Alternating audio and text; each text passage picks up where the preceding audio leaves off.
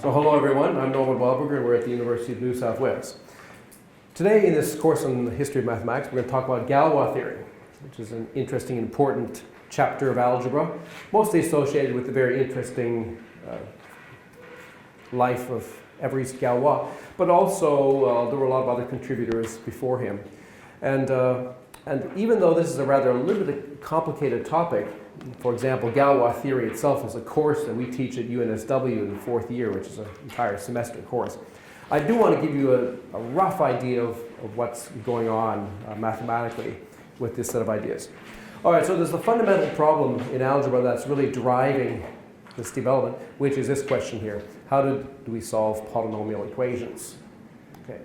And so what we're talking about here is we have an nth degree polynomial, x to the n plus a1 x to the n minus 1 plus a2 x to the n minus 2, and all the way up to an minus 1 x plus an. So standard form for an n degree polynomial. We're interested in setting it equal to 0 and asking, well, what are its zeros? What are the solutions? So we'd like a formula for the zeros, or roots, in terms of the coefficients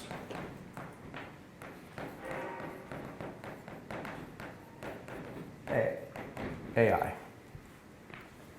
And of course, our motivating example is the one that everyone knows. So the quadratic formula, which we've talked about already in this series quite a bit. If we have, say, x squared plus, say, bx plus c equals 0, then we have the formula x equals minus b plus or minus square root b squared minus 4ac all over 2a. And let me talk a little bit about the meaning of this. Okay, so there's different ways of interpreting this formula. One, of course, is in sort of the traditional way we're thinking of everything as being numbers. But there's a more algebraic way of thinking about it, which is perhaps ultimately more useful. So the meaning is that if we have a number r, which has the property that r squared equals b squared minus 4ac. So if we can find some value r, a number, or even perhaps a symbol, then x1 equals minus b plus r all over 2a, and x2 equals minus b minus r over 2a are solutions.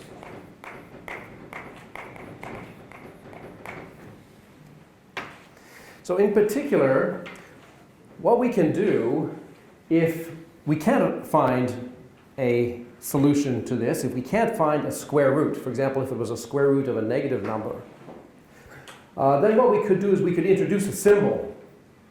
We could introduce a symbol r, and algebraically this is just like another number, except that whenever we find r squared, then we replace it with b squared minus 4ac. If you work just with that symbol, then you can write down these values, which is essentially really just this thing here, and then you can check that both of these will satisfy the equation. And this is in some sense what you do when you introduce complex numbers. If this thing here was altogether minus 1, when we introduce the complex number I, we're really introducing a symbol I and just saying, let's agree that I squared is equal to minus 1. And in some sense, you can think about that. It's also what you're doing when you're introducing something like square root of 2. You can think about square root of 2 as an approximate number, like 1.414, etc. Or you can think of it as just a number which has the property, a symbol which has the property whose square is equal to 2. These are actually two quite different ways of thinking about what square root of 2 is. We don't really have different symbols, unfortunately, so the two meanings are often sort of mixed together. But there's sort of an algebraic way of thinking about it and an analytic way of thinking about it.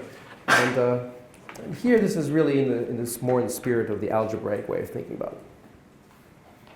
Okay, so that's quadratic equations. So then we also talked about cubic equations, and we talked about, well, in the 1500s, the work of Tartaglia, Del Ferro, Cardano, and Viette, perhaps we should mention. And then pretty closely connected with this is the case of quartic equations of degree 4. And here a solution was given by Ferrari. And other people investigated this later too. So, because there the formulas are more complicated, but I want to talk a little bit about the quartic case because I haven't talked about that previously in the series. So let's have a little bit of a look at a quartic equation, and let's actually have a look at what how Descartes analyzed this following aspect. So suppose you have a quartic, and suppose we make a substitution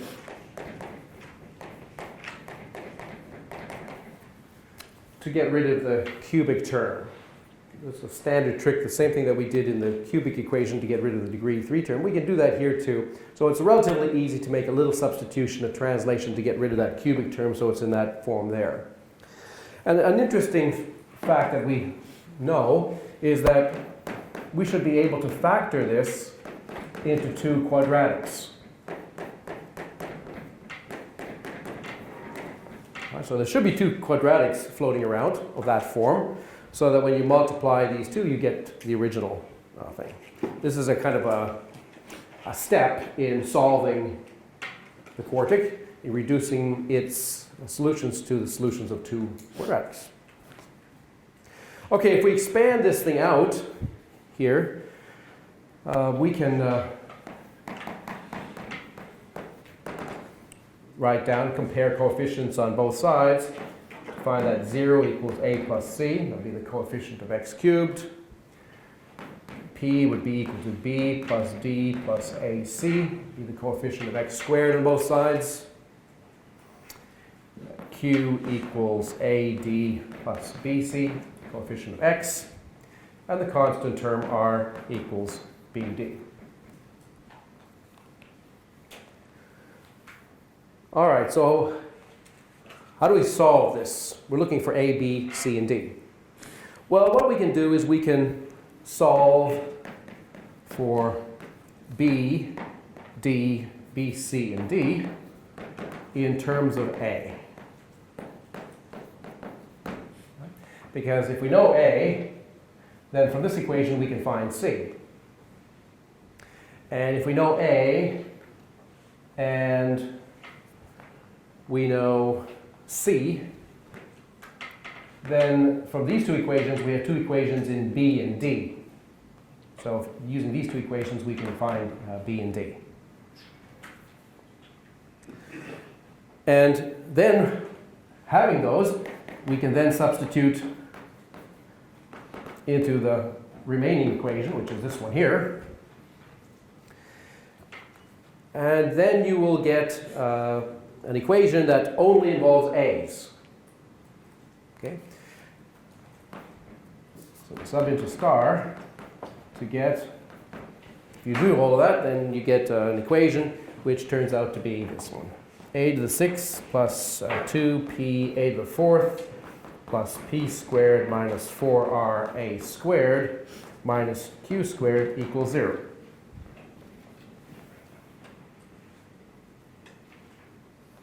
This is a degree 6 equation in A, but it's actually an equation in A squared. So this is actually a cubic equation in A squared. So if we assume that we've already mastered the cubic equation, then we can solve for a squared, and then we can take a square root to find a. So then the original quartic factors as x squared plus ax plus a squared over 2 plus p over 2 minus q over 2a times x squared minus ax plus a squared over 2 plus p over 2 plus q over 2a.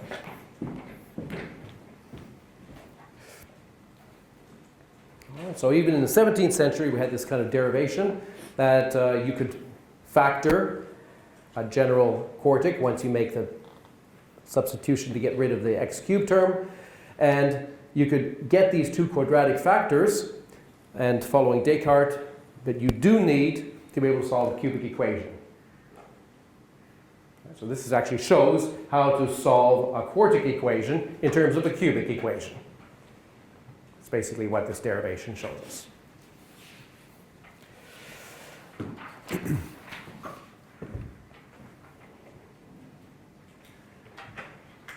All right, now I want to talk about another important development here in this theory of equations that plays a very important role in the subsequent treatment. This is the connection between the roots, or the zeros, and the coefficients.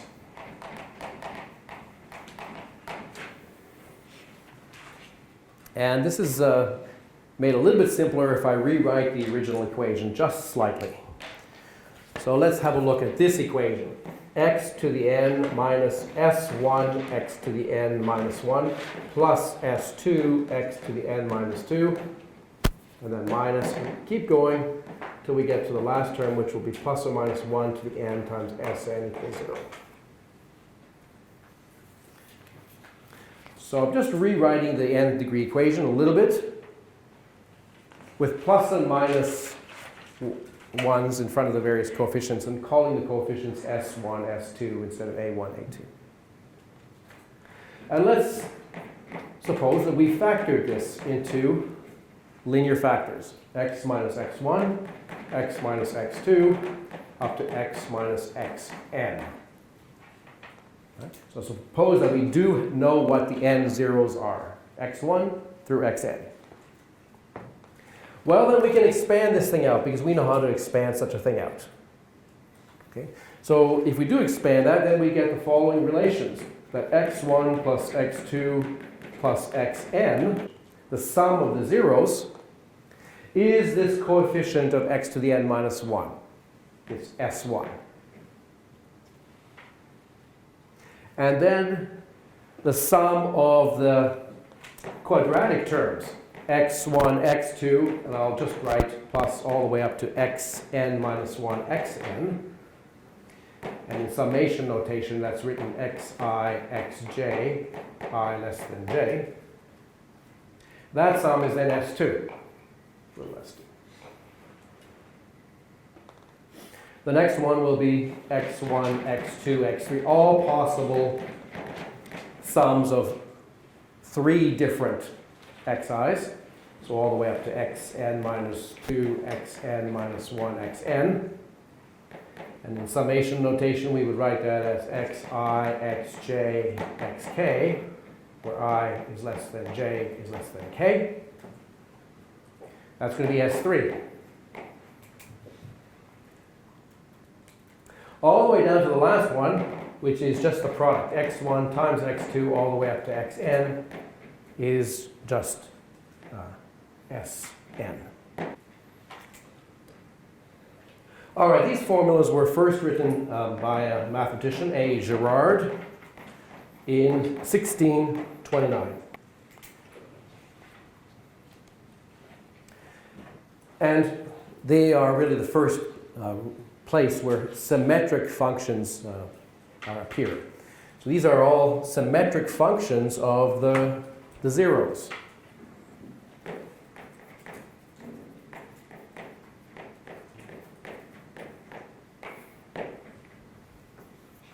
And then another natural question is, what happens to other symmetric functions? How can we express other symmetric functions of the xi's in terms of those coefficients S1, S2, S3, etc.?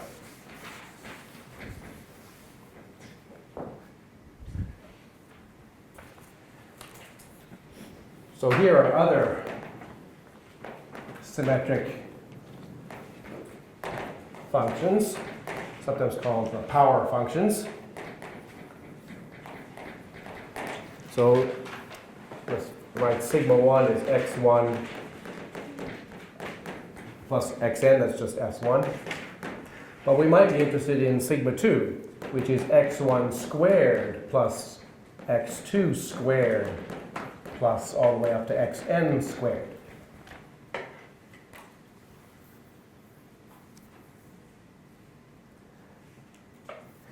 Well, it turns out that this is the same thing as x1 plus x2 plus xn squared minus 2 times x1, x2 plus all the way up to xn minus 1 xn. Right, if you square an expression like this, you're going to get the sum of all the squares of the individual entries, and then twice the product of all the possible products between different guys. So in terms of the symmetric functions S1, S2, and so on, this thing here is S1, so it'll be S1 squared, and this is minus 2S2. We're assuming that x1 through xn are the zeros of that polynomial that we started with, and these are the coefficients. Then we see that this particular combination or symmetric function is expressed this way in terms of the coefficients of the original polynomial. How about sigma 3? Sigma 3 is x1 cubed plus and so on all the way up to xn cubed. That's a little bit more complicated. That turns out to be s1 cubed minus 3 s1 s2 plus 3 s3.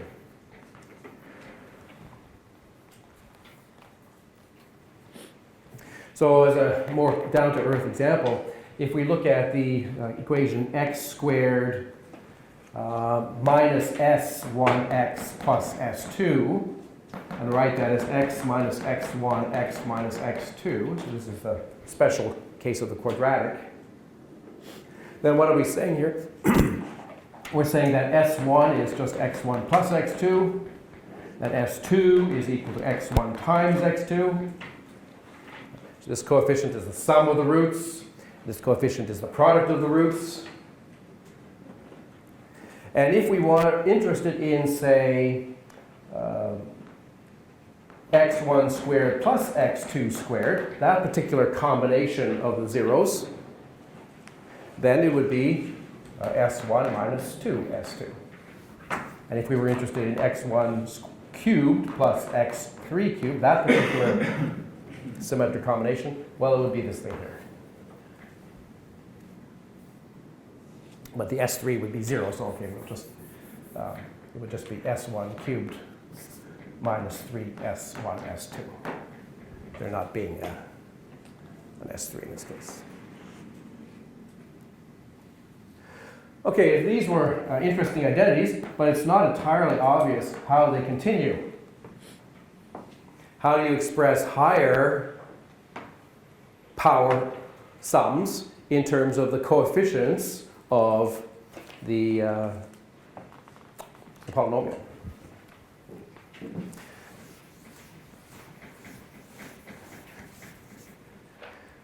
Well, no less a luminary than Isaac Newton turned his attention to this question. So Isaac Newton in 1707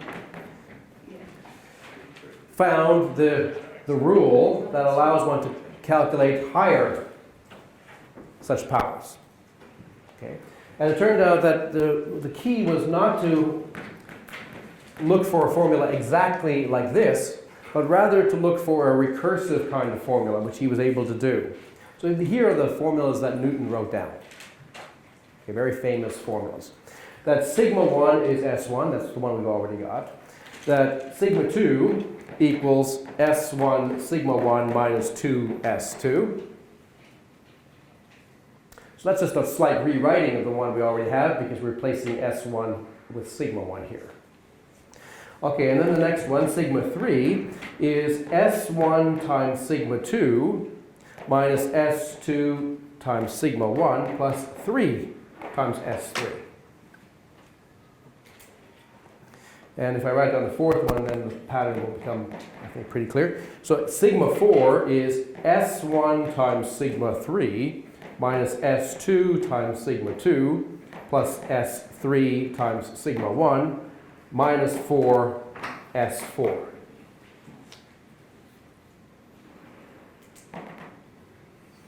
And there's a kind of a pattern here. You can kind of see what it's likely to be. Okay, that S5 would be then S1 times sigma 4 minus S2 sigma 3 and so on, alternating signs with the last one being just a single S. So these are very important identities of Newton. And then eventually there was what's called fundamental theorem.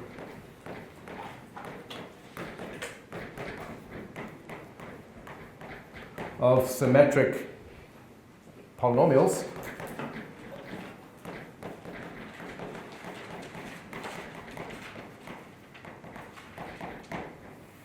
Which was probably understood by a number of people, but perhaps it was only really explicitly written out for the first time around 1770 by Waring.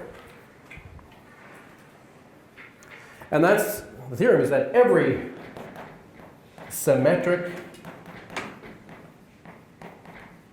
polynomial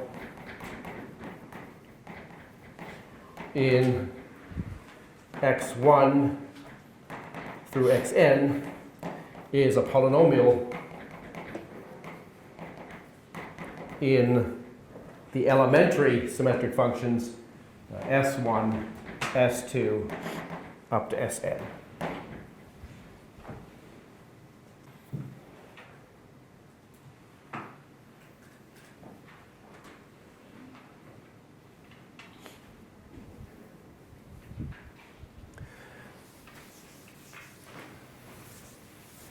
All right, there's a very important example that I have to write down here.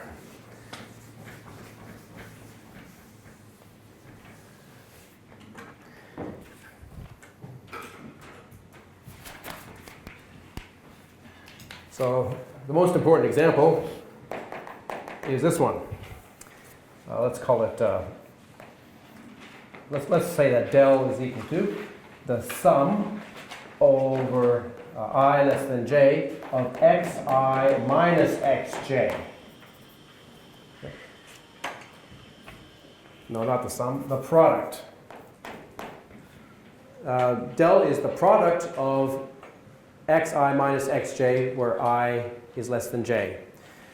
So, for example, x1 minus x2, and also then del squared is just the square. Just del squared. All right, so x1 minus x2 squared, this del squared, is a symmetric function of x1 and x2. Del itself is not, but del squared is. So with two variables, x1 minus x2 squared is x1 plus x2 squared minus 4x1 x2. Familiar, important identity. And in terms of the symmetric polynomials s1, s2, etc., this is just s1 squared minus 4s2, which is usually called the discriminant.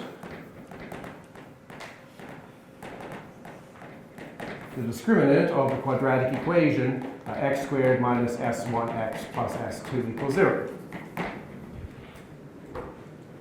That's the quantity that we have to take the square root of in order to actually solve the equation with the quadratic formula. So del is the square root of del squared, and it is not symmetric.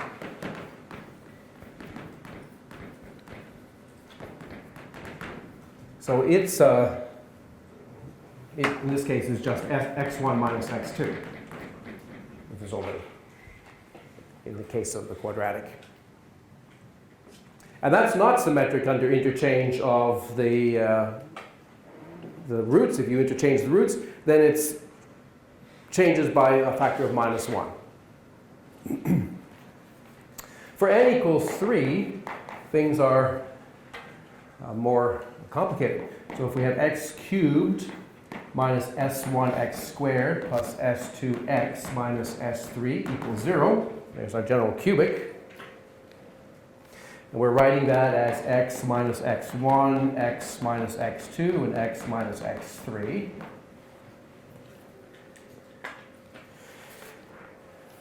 Then this discriminant,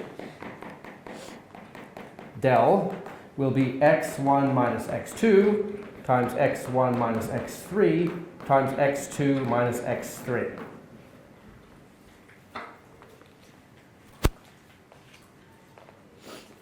And if we expand that out, we can write it as x1 squared x2 plus x2 squared x3 plus x3 squared x1 minus x1 x2 squared plus x2 x3 squared plus x3 x1 squared. So let me call this thing A and this thing B. Then if we look at del squared, that's going to be A minus B squared, which is A squared plus B squared minus 2AB, which is A plus B squared minus 4AB. And now these things are symmetric polynomials, and they can be expressed in terms of the sums S1, S2, and S3.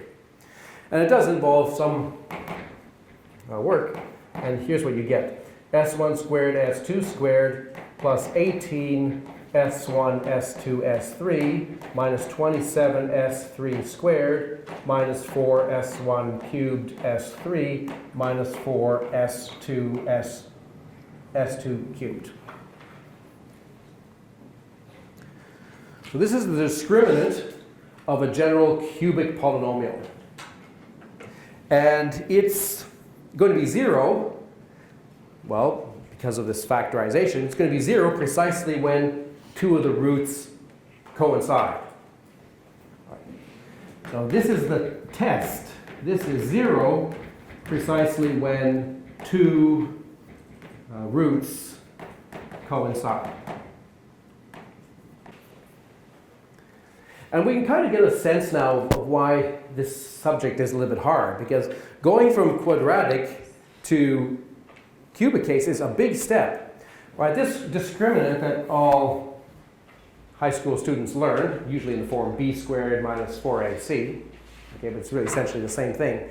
If you want to go to the cubic version of that, it's a lot more complicated.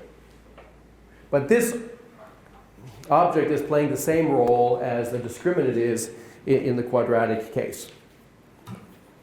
Things are a little bit simpler if we look at the special case. So if we look at x cubed plus px plus q, in that case the discriminant is minus 27q squared minus 4p cubed.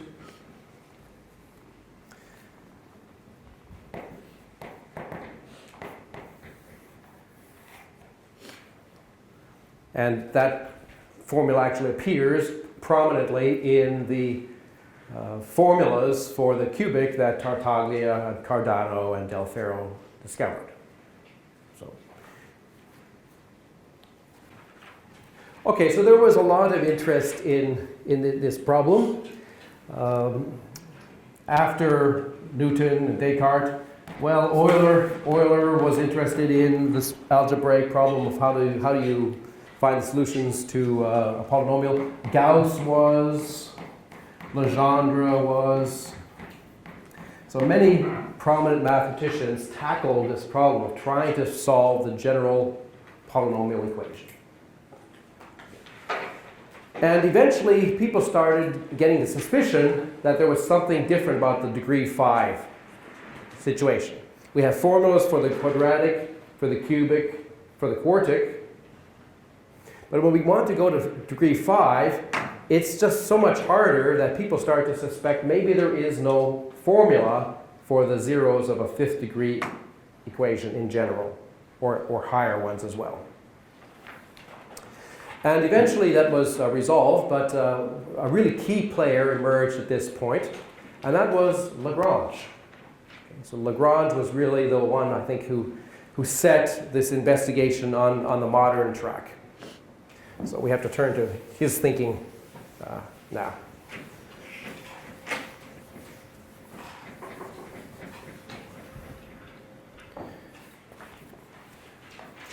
So Lagrange, a great Italian, French mathematician from Turin, but spent most of his career in Paris.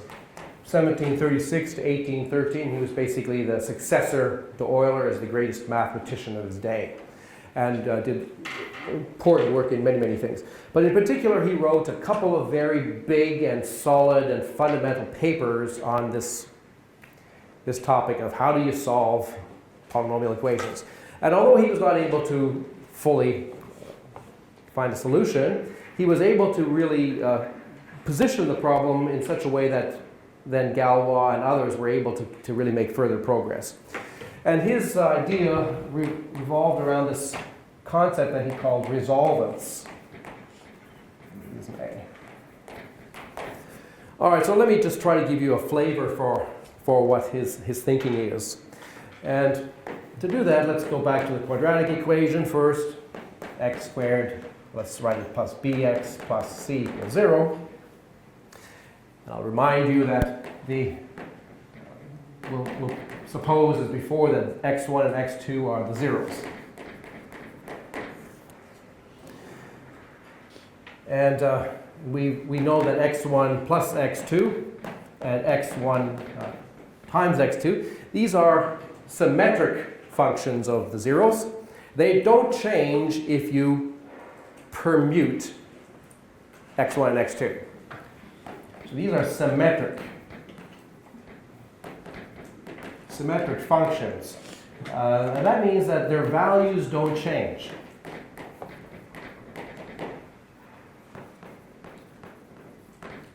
If you permute x1 and x2. That's kind of obvious. However, x1 minus x2 has a different flavor. This thing has two different values.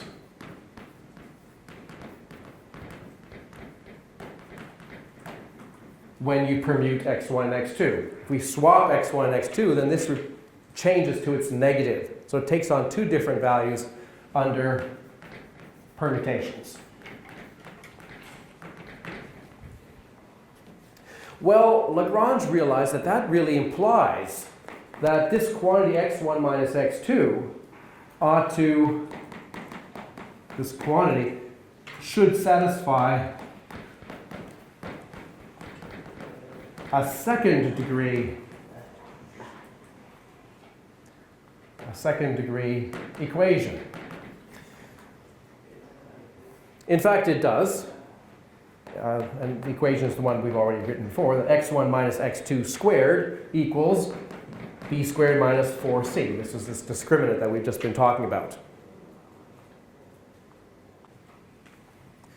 All right, so now let's have a look at the cubic case. So Lagrange studied the previous work of Cardano and Tartaglia and so on, and he sort of recast that whole theory in a way that that was quite amenable to generalization. So let's have a look at n equals 3.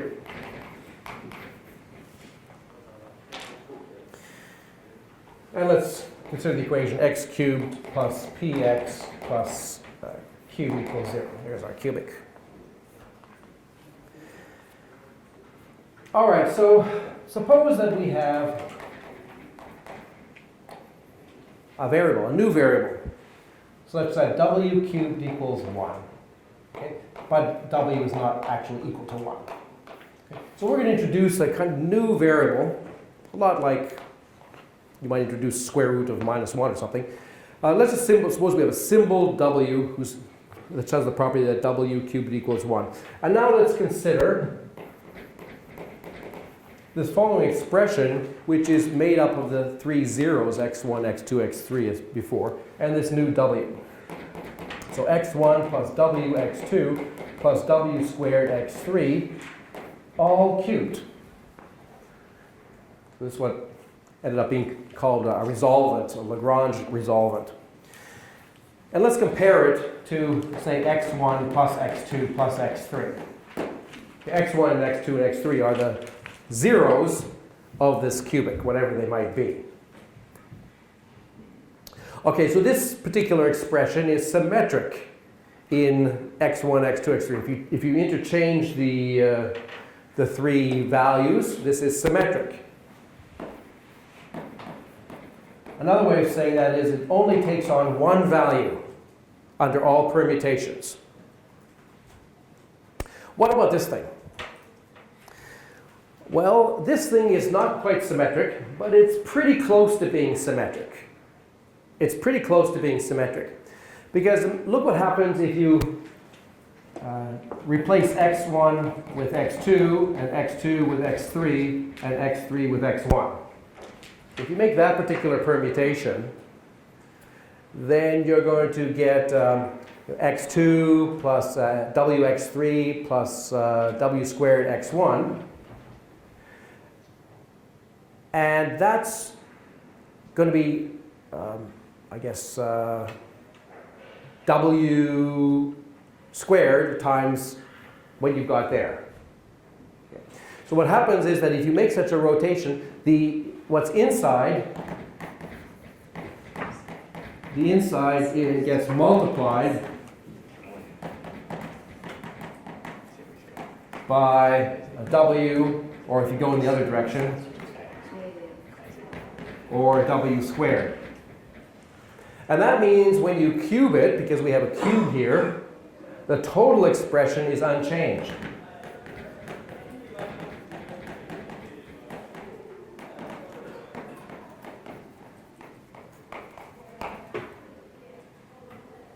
So under these cyclic permutations, which we talked about S3 last time, under these cyclic permutations, this quantity doesn't change.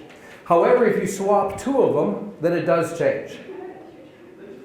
So under the 6 possible permutations, this thing only takes on 2 different values. So it takes on, this expression takes on 2 different values. So this takes on 2 different values. Let's say A and B, which are then roots or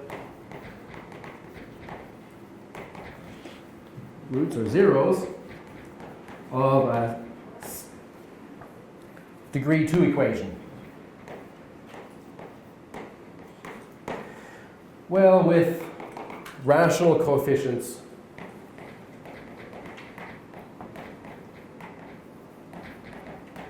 of P and Q.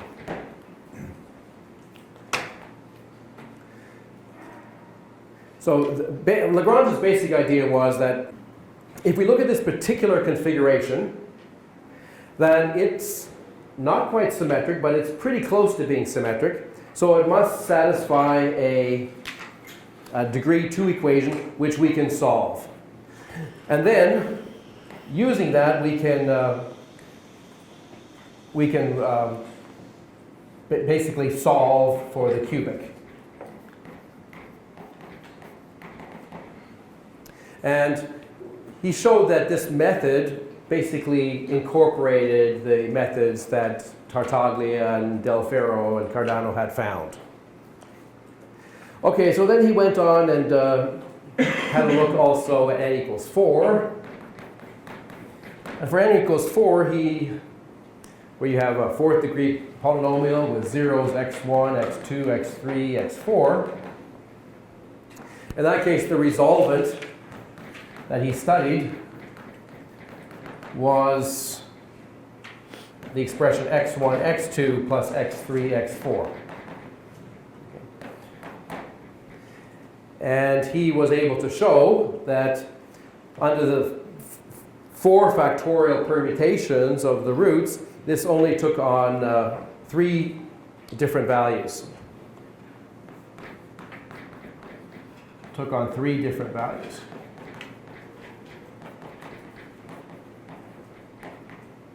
So kind of a nice exercise is to imagine you have 4 numbers.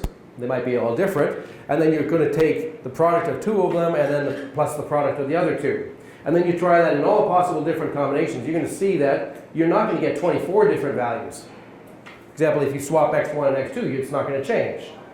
Or if you swap x1 and x2 and x3 and x4, it's not going to change. You're only going to get 3 different values, and so he was able to deduce that this must satisfy a cubic equation. So it satisfies a cubic. All right, so in this way he was able to reduce the problem of the quartic to the cubic, much as previous people had done. And so he sort of found this sort of unifying way or unifying approach, which involved thinking about permutations of the roots and thinking about how much symmetry various expressions had under permutations of roots. And then, of course, he said, all right, I've got this great way of thinking about things. What happens when n equals 5? Okay, so he had to hunt around for a suitable resolvent. But no matter what he tried, he could only get resolvents which satisfy degree 6 equations. In the previous examples, you could get lower degree equations, but here you couldn't. And so that's kind of a stumbling block, and I think it was really because of Lagrange's failure to make his method push through to n equals 5 that people started to suspect that the quintic case was somehow different and that it wouldn't work. So we'll take a break, and then I'll come back and show you then how Ruffini, Abel, and really Galois approached the quintic case.